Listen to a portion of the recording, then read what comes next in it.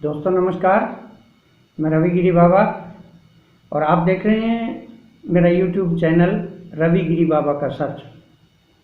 आज हम चर्चा करने जा रहे हैं फिर से एक बार धर्म की चर्चा। धर्म किसे कहते हैं, ये रामचरितमानस में तुलसीदास जी ने बहुत ही अच्छे ढंग से हमें बताया है कि धर्म किसे कहते हैं।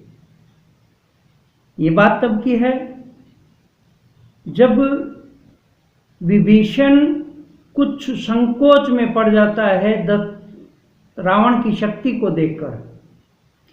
तो रावण की शक्ति को देखकर जब संकुचित होता है विभीषण, उस वक्त विभीषण और राम जी में एक प्रसंग चलता है। वही आपको बताने जा रहा हूं कि किस प्रकार राम जी ने धर्म के बारे में विभीषण को समझाया, और वही बात तुलसीदास जी ने कितने मिठास भरे शब्दों के अंदर ये 10 धाराएं जो धर्म की है वो विभीषण को समझाई। और वो विभीषण को नहीं, ये मानिए कि ये जो रामचरितमानस की रचना हुई ये हर मानव के लिए हुई। तो ये बात हमें समझाई गई है। हमें ऐसा मानना चाहिए कि ये बातें जो है हमें समझाई गई है। लेकिन अगर हम रामचरितमानस में पढ़ेंगे तो ऐसा लगेगा कि श्री राम जी यही बात विभीषण को बता रहे हैं। लड़ाई का मैदान है। लड़ाई के मैदान में बहुत बड़े रथ के ऊपर सज धज कर रावण जब सामने आता है तो विभीषण के मन में एक शंका उठती है। विभीषण जी पूछते हैं कि रावण रथ बिरथ रघुवीरा। वह भगवान राम से पूछते हैं कि हे राम जी, रावण के पास में इतना बड़ा रथ और इतने सारे अस्त्र शस्त्र हैं और बिरथ रघुवीरा, और हमारे राम जी के पास में रथ नहीं है। देख विभीषण भयो अधीरा। जब इस प्रकार का दृश्य देखा तो विभीषण जी एकदम अधीर हो उठे, एकदम कपा उठे, डर गए। आगे क्या कहते हैं विभीषण जी? भगवान राम को कहते हैं कि नाथ न रथ नहीं तन पद त्राण, के ही विधि जीतव वीर बलवाना। वो राम जी से पूछते हैं कि हे नाथ, न हमारे पास में रथ है, न हमारे तन पर कपड़ा है, न हमारे पैरों में कोई जूती है, के ही विधि जीतव वीर बलवाना। तो हे राम जी, हम इतने बड़े वीर को कैसे जीतेंगे? देखिए अब राम जी ने कितने सुंदर शब्दों में और कितने मीठे शब्दों में विभीषण को धर्म के प्रति बताया है और किस प्रकार उन्होंने विवेचना की है धर्म की। आप सुनिए इस बात को। तो राम जी आगे से कहते हैं कि सोरज धीरज जेहि रथ चाका, सत्यशील दृढ़ ध्वज पताका। श्री राम जी विभीषण को समझाते हुए कह रहे हैं, ये मानिए कि हमें कह रहे हैं कि जिसके रथ के शौर्य रूपी और धैर्य रूपी 2 पहिए हों और सत्यशील दृढ़ता, ये 3 रंगों की जिसके रथ के ऊपर ध्वजा फहरा रही हो। बल विवेक दम परहित घोरे, जिसके रथ में बल यानी शक्ति, विवेक यानी सोचने की शक्ति, बुद्धि, दम जिसके 10 इंद्रियों का दमन किया हो वो,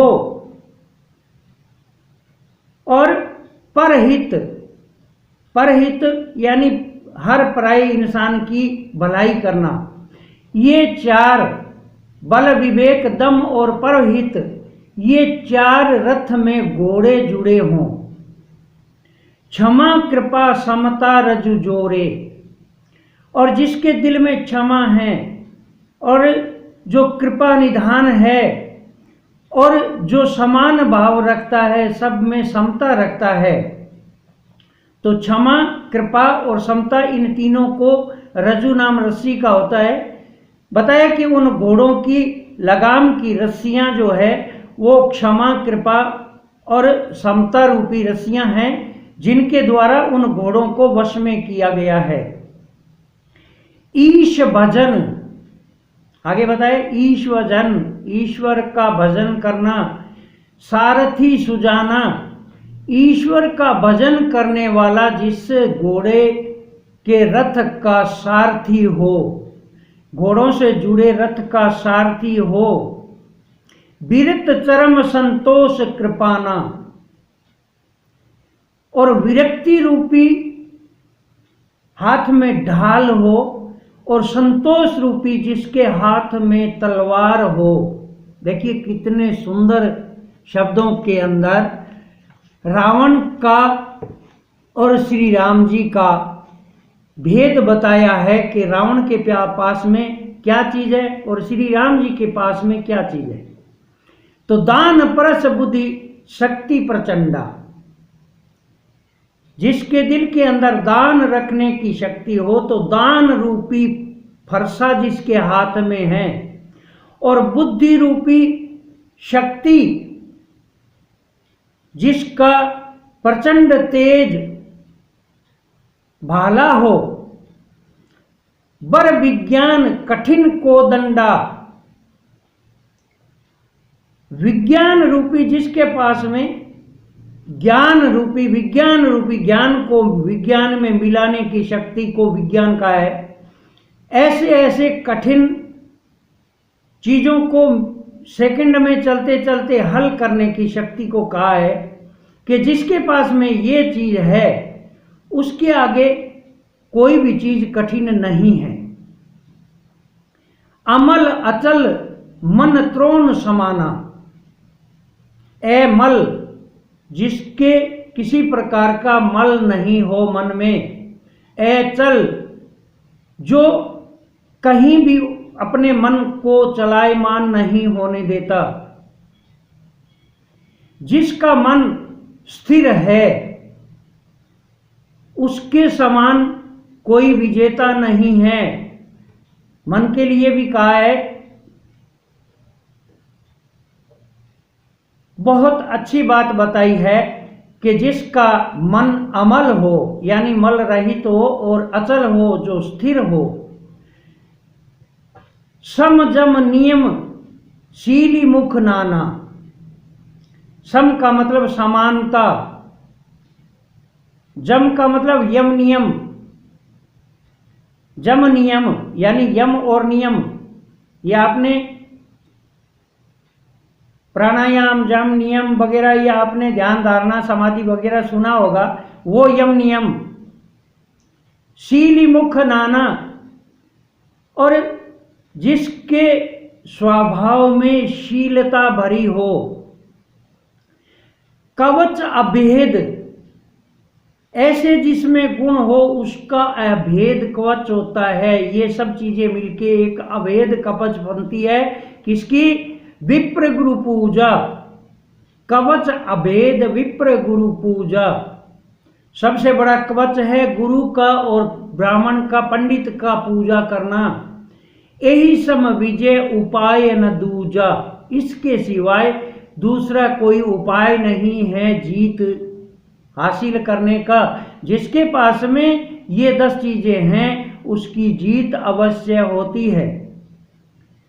अब आगे श्री राम जी विभीषण को क्या कहते हैं कि सखा धर्म में असरथ जाके, के सखा, इस प्रकार का धर्म में जिसके पास में रथ हो।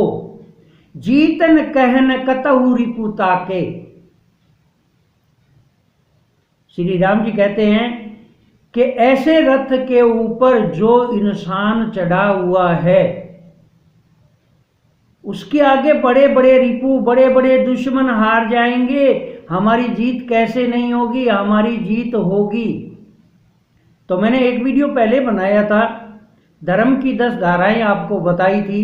वही धाराएं तुलसीदास जी ने यहाँ अपने श्रीमुख से राम जी और विभीषण के संवाद में ये बातें बताई है। और आप रामायण भी पढ़ चुके, रामचरितमानस भी पढ़ चुके, और आपने ये पाया कि श्री राम जी के पास में धर्म रूपी ये 10 चीजें थी और उन्होंने लक्ष्मण को विभीषण को बताई।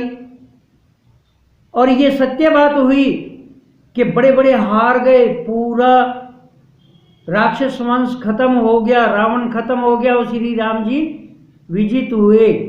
किस कारण से? उनके पास में कोई बड़े तीर, बड़े बड़े घोड़े, बड़े बड़े रथ, बड़े बड़े रथी ऐसा कुछ नहीं था, लेकिन उनके पास में धर्म रूपी सबसे बड़ा कवच था, जिसके कारण श्री राम जी का जीतना संभव हुआ। इसी चीज को धर्म कहते हैं। लेकिन हम धर्म को किधर मोड़ बैठे, हम मजहब की तरफ ले गए।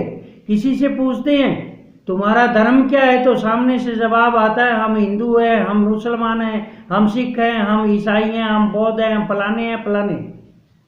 दुनिया भूल चुकी है कि धर्म किसे कहते हैं। अरे धर्म चीज तो अभी मैंने बताया, इसको धर्म कहते हैं। धर्म की 10 धाराएं होती है, श्री राम जी ने अपने मुख से बताया है, और इसका वर्णन तुलसीदास जी ने किया है यहाँ पे। ये है धर्म। धर्म वो नहीं है जो आप लोग बताते हो, वो धर्म नहीं है। वो तो उस धर्म को मानने वाले अलग अलग समुदाय हैं, अलग अलग समाज है, अलग अलग गुट है, अलग अलग दल है, वो चीज है, वो अलग है, ये अलग है।